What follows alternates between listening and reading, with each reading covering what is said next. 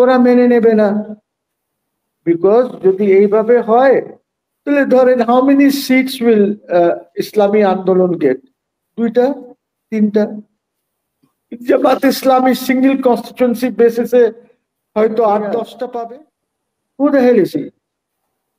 উনি কে? উনি যে ঐক্যমতের করছেন।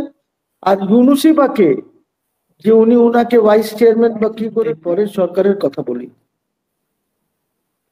1 নম্বর হচ্ছে যে কনস্টিটিউশনে যদি এই কনস্টিটিউশনই থাকে তাহলে এই কনস্টিটিউশনে একটা এমেন্ডমেন্ট আনতে হবে। এই এমেন্ডমেন্ট যদি আনতে হয় তাহলে অ্যাটলিস্ট 2/3 লাগবে, আপনার মেজরিটি লাগবে বর্তমান সরকার, বর্তমান কনস্টিটিউশন। তারপরেই কিন্তু আপনি কনস্টিটিউশনে যা ঢুকাতে চান ঢুকাবেন। দ্বিতীয়ত, এই যে ঐক্যমত কমিশনে তো ঐক্যমত হয় নাই, অনেকগুলি বিষয় অমীমাংসিত রয়ে গেছে, ওইটা হয় নাই। তাহলে ইউ ক্যানট সে যে এইটা হবেই। দেখেন, এই কারণেই আমি আপনার শো তো বলেছি, আর বোধহয় আমি সবসময় বলেছি, লিখেছি, লাইভে বলেছি যে আপনার এই যে আপনি যে সংবিধানটা এমেন্ড করতে পারবেন, এইটার কি, how can you do it? একটা মেকানিজম তো লাগবে। তো আপনি তো এখন পর্যন্ত মেকানিজমই ঠিক করেন নাই।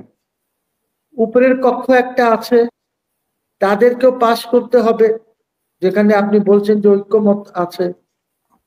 ওইটার ওই ওই ওই আপার হাউসের ইলেকশন কিভাবে হবে? How will you do it? আবার আপনারা বলেছেন যে ওইটা পিআর বেসিসে হবে, প্রপোর্শনেট রিপ্রেজেন্টেশনের বেসিসে হবে।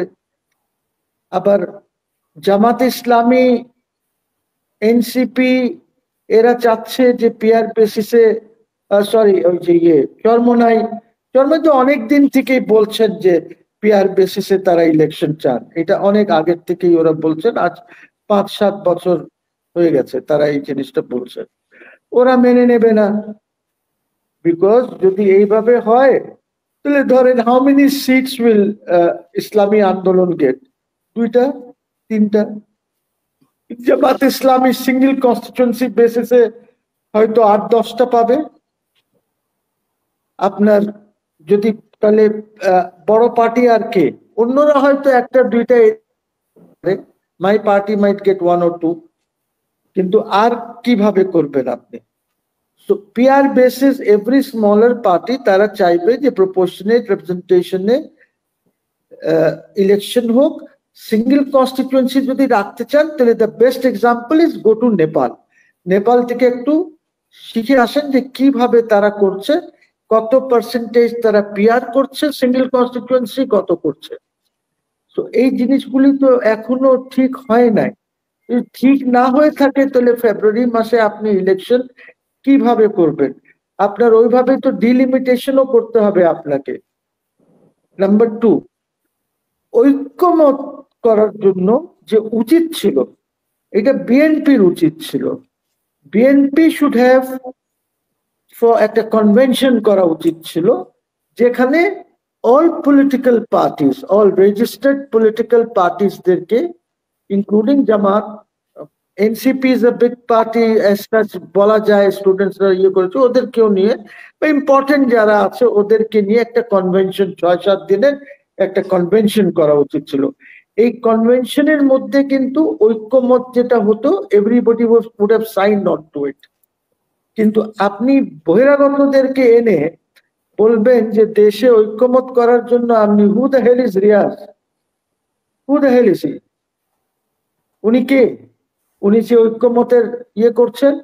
আর ইউনূসই বা কে যে উনি উনাকে ভাইস চেয়ারম্যান বা কি করেছেন? দে আর দালালস of somebody. Who is Majumdar? কার থেকে টাকা নেয়? কত ডলার্স পার মান্থ তার বেতন? এই যে সব টাকা খায় বিভিন্ন জায়গার থেকে আইনা, ওই যে কি transparency, if you involve them in this thing, হবে না তো।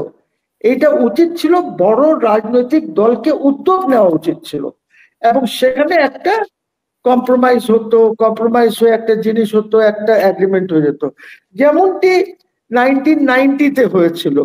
দে স্যাট ডাউন টুগেদার, তারা নিজেরা বসে একটা এগ্রিমেন্ট করেছে, ওই এগ্রিমেন্টটা পালন করা হয়েছিল। তো এইখানেও কিন্তু এই উদ্যোগটা বিএনপি কে নেওয়া উচিত ছিল, যদি তারা মনে করে যে আমরা একটি বড় দল, we have a bigger state in this country, তো আমরা